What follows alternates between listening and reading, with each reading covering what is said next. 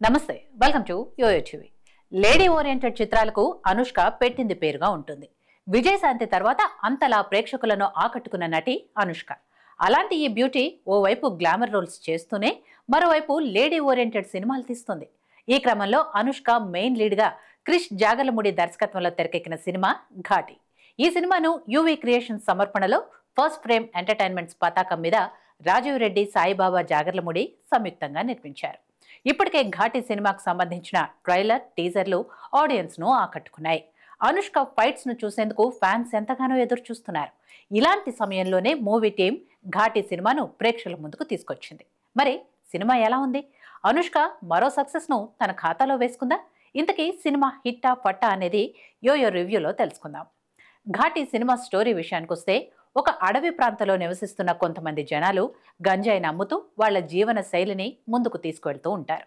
కొంతమంది వాళ్ల మీద దాడి చేస్తారు.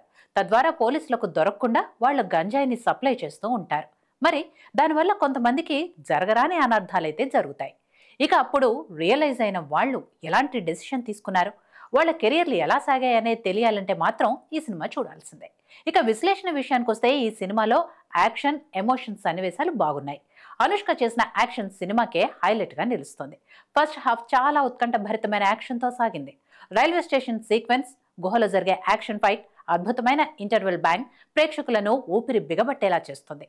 ఇక సెకండ్ హాఫ్ లో వచ్చే ఎమోషనల్ సన్నివేశాలతో పాటు క్లైమాక్స్ గూస్ బంప్స్ తెప్పిస్తుంది. దర్శకుడు క్రిష్ మొదటి నుంచి చివరి వరకు చాలా ఎంగేజింగ్ గా తీసుకువెళ్లాడు.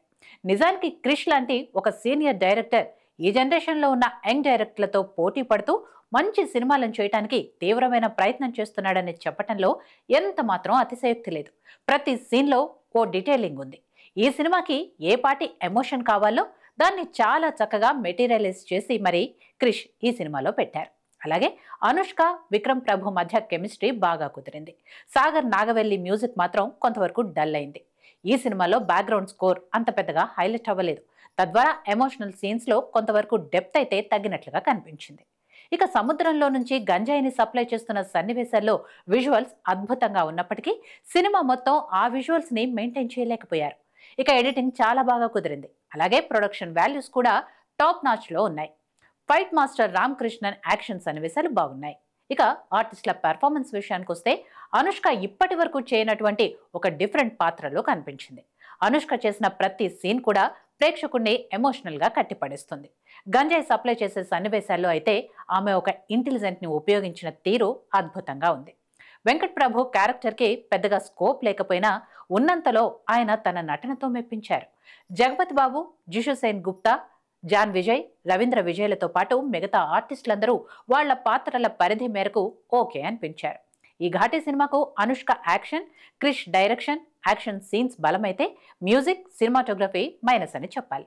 మొత్తంగా చూసుకుంటే Ghaati action and emotional drama.